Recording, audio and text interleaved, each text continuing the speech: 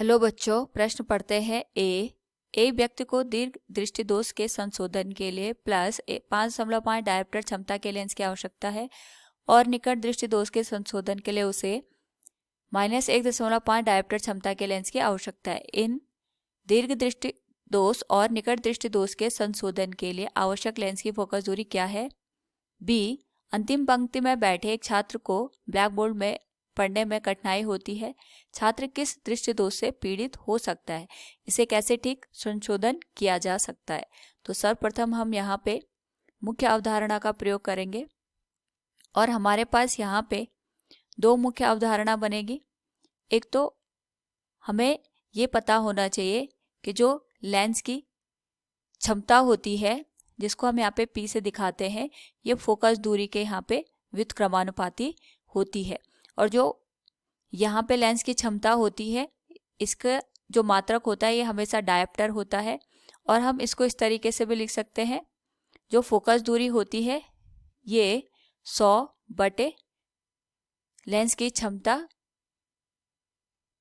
के बराबर हमें देखने को मिलता है। और इस तरीके से जो हमें फोकस दूरी मिलती है वो हमेशा सेंटीमीटर में देखने को मिलेगी। दूसरा जो हमारे पास यहाँ पे मुख्य अवधारणा का प्रयोग होगा वो होगा दृष्टि दोष। तो दो तरीके के हमारे पास यहाँ पे दृष्टि दोष होते हैं।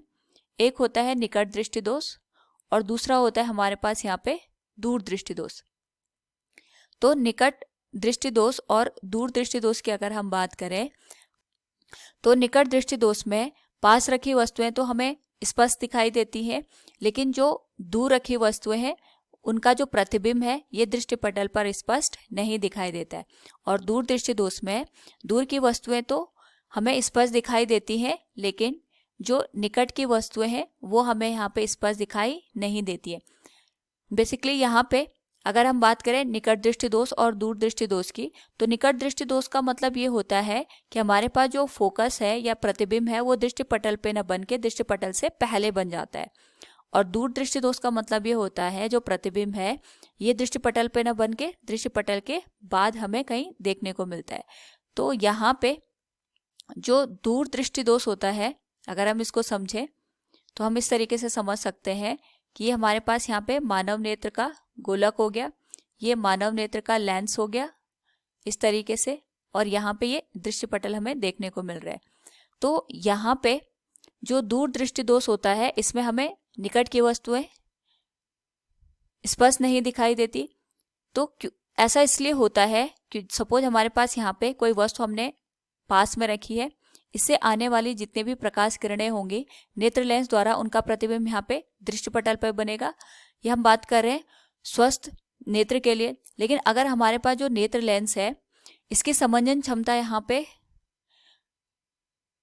कम हो जाती है, उस वजह से यहाँ पे अगर इसकी जो मोटाई है वो कम हो जाए तो ये यहाँ पे जो भी वस्तु से आने वाली प्रकाश किरणें होंगी उनको दृष्टिपटल पे केंद्रित न करके उससे दूर कहीं जाके इन्हें केंद्रित करता है, यानी जो प्रतिबिंब है वो दृष्टिपटल के बाद बनता है। एक तो ये कारण हो सकता है, इसकी वक्रता कम हो जाए, या जो नेत्र गोलक का प्रयोग हमने किया है हम कह सकते हैं इसका व्यास यहाँ पे अगर कम हो जाता है, उस स्थिति में भी जो दूर दृष्टि दोष है ये हमें दिखाई देता है। तो इसको यहाँ पे ठीक करने के लिए हम उत्तल लेंस का प्रयोग करते हैं, क्योंकि उत्तल लेंस की वजह से जो हमारे पास यहाँ पे प्रतिबिंब है ये दृष्टिपटल के बाद न बन के दृष्टिपटल पर ही हमें देखने को मिलता है। और इस स्थिति में जो भी हमारे पास यहाँ पे लेंस की क्षमता होती है या हम कह सकते हैं फोकस दूरी होती है, ये हमेशा हमें यहाँ पे धनात्मक देखने को मिलती है। इसी तरीके से अगर हम बात करें यहाँ पे निकट दृष्टि दोष की, तो निकट दृष्टि दोष में जो वस्तुएं दूर रखी होती हैं उनका प्रतिबिंब दृष्टिपटल पे न बन के उनसे पहले ही बन जाता है। तो ये माना हमारे पास यहाँ पे नेत्र गोलक हो गया, ये नेत्र लेंस हो गया इस तरीके से। और हमें पता है कि यहाँ पे जो पास की वस्तुएं हैं वो तो हमें स्पष्ट दिखाई देती है, लेकिन दूर की वस्तुएं स्पष्ट दिखाई नहीं देती है। और दूर से आने वाली जो भी प्रकाश किरण है ये समांतर होती है। स्वस्थ नेत्र के लिए ये जो प्रकाश किरणें हैं ये दृष्टिपटल पे जाके केंद्रित होंगी। लेकिन अगर हमारे पास समंजन क्षमता में नेत्र लेंस की कमी आ जाती है, या फिर जो हमने यहाँ पे गोलक का प्रयोग किया है, इसकी वक्रता यहाँ पे बढ़ जाती है। उस स्थिति में प्रकाश किरणें यहाँ पे दृष्टि पटल पे केंद्रित ना होकर उससे पहले ही यहाँ पे केंद्रित हो जाती है। इस स्थिति में इसको यहाँ पे सही करने के लिए हम अवतल लेंस का प्रयोग करते हैं। और हमें पता है जो अवतल लेंस होता है इसकी जो फोकस दूरी होती है ये हमेशा हमें ऋणात्मक देखने को मिलती है। तो दिए गए प्रश्न से हमारे पास जो दूरदृष्टि दोष है उसके संशोधन के लिए +5.5 डायोप्टर क्षमता के लेंस की आवश्यकता पड़ रही है। यानी अगर हम इसको यहाँ पे लिखें तो दूरदृष्टि दोष के लिए हमने यहाँ पे 5.5 डायोप्टर क्षमता का लेंस का प्रयोग किया है। और हमें पता है कि यहाँ पे दूरदृष्टि दोष को दूर करने के लिए हम यहाँ पे उत्तल लेंस का प्रयोग करते हैं और उत्तल लेंस की फोकस दूरी हमेशा यहाँ पे धनात्मक देखने को मिलती है। तो फोकस दूरी को निकालने के लिए हम यहाँ पे सूत्र का प्रयोग करेंगे, F बराबर 100 बटे लेंस की क्षमता, और लेंस की क्षमता में दे रखी है +5.5 डायोप्टर, और इसका जो भी हमारे पास उत्तर आएगा ये सेंटीमीटर में हमें देखने को मिलेगा। तो यहाँ पे अगर हम इसको विभाजित करके लिखें तो इसका मान हमें यहाँ पे मिलेगा 18.18 सेंटीमीटर के बराबर। यहाँ पे जो भी हम दूरदृष्टि दोष को दूर करने के लिए लेंस का प्रयोग करेंगे उसकी जो फोकस दूरी होगी ये होगी 18.18 सेंटीमीटर। अब हम यहाँ पे अगर इसी के दूसरे भाग की बात करें कि जो हमारे पास निकट दृष्टि दोष है उसको ठीक करने के लिए हमने -1.5 डायोप्टर क्षमता के लेंस का प्रयोग किया है। तो हम इसको लिख सकते हैं निकट दृष्टि दोष को दूर करने के लिए यहाँ पे -1.5 डायोप्टर क्षमता का लेंस प्रयोग किया गया और निकट दृष्टि दोष को सही करने के लिए हम यहाँ पे अवतल लेंस का प्रयोग करते हैं। अब इस स्थिति में अगर हम फोकस दूरी निकालें तो ये हो जाएगा 100 बटे -1.5 डायोप्टर, और इसका जो भी उत्तर आएगा ये सेंटीमीटर में लिखा जाएगा। तो अगर हम इसको लिखें तो ये हो जाएगा -1000 बटे 15, तो ये हो जाएगा 5 या 15 और 5 दूनी 10। अगर हम इसको सॉल्व करें यहाँ पे तो ये बनेगा 66.66 सेंटीमीटर के बराबर।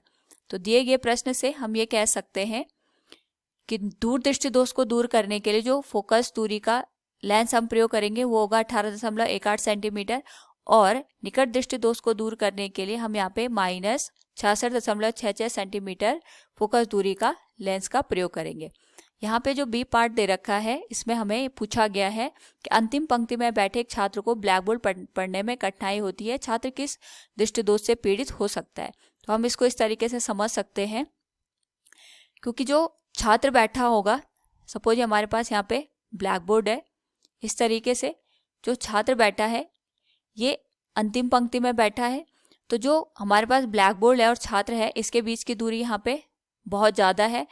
तो इस स्थिति में इस छात्र को यहाँ पे दूर की वस्तुएं स्पष्ट दिखाई नहीं दे रही है।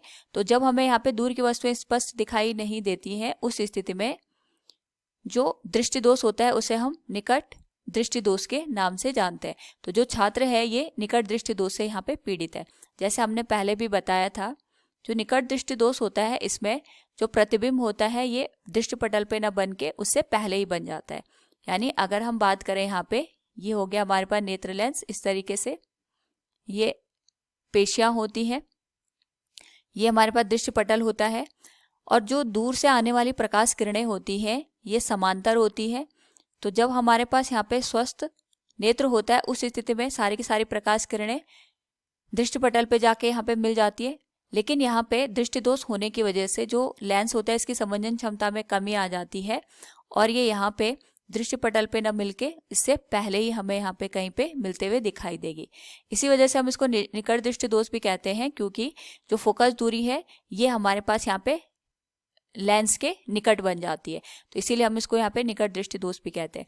तो इसके दो कारण हो सकते हैं, एक तो यहाँ पे जो लेंस है इसकी समंजन क्षमता में कमी आ जाती है, दूसरा यहाँ पे ये भी हो सकता है कि जो हमने गोलक का प्रयोग किया है या नेत्र गोलक का प्रयोग किया है, इसका जो आकार है ये या वक्रता है ये बढ़ जाती है। इसको यहाँ पे सही करने के लिए हम अवतल लेंस का प्रयोग करते हैं।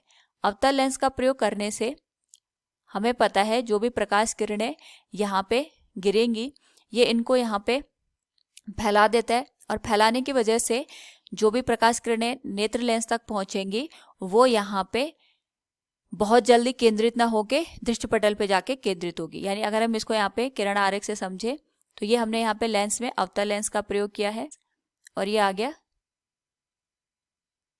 नेत्र गोलक। तो इस स्थिति में अगर हम इसका किरण आरेख खींचे तो जो भी प्रकाश किरणें आएंगी, पहले जो लेंस हमने यहाँ पे प्रयोग किया है वो इसको फैला देगा। फैलाने की वजह से अब जो हमारे पास यहाँ पे मानव नेत्र का लेंस हमने यहाँ पे प्रयोग किया है, इसकी समंजन क्षमता भले ही कम हो यहाँ पे या फिर नेत्र गोलक का आकार बढ़ गया हो, तो यहाँ पे जो भी प्रकाश किरणें मिल रही हैं वो हमें फैली हुई मिल रही है। तो जिस वजह से जो भी प्रकाश किरणें यहाँ पे आएंगी वो सीधे जाके दृष्टिपटल पे जाके फोकस हो जाएंगे, यानी जो प्रतिबिंब है वो हमें यहाँ पे दृष्टिपटल पे देखने को मिलेगा। तो दिए गए प्रश्न से हम यहाँ पे ये कह सकते हैं, अंतिम पंक्ति में बैठे जो छात्र है ये निकट दृष्टि दोष से पीड़ित है और इसको हम यहाँ पे अवतल लेंस का प्रयोग करके ठीक कर सकते। उम्मीद है आपको समझ में आया होगा। धन्यवाद।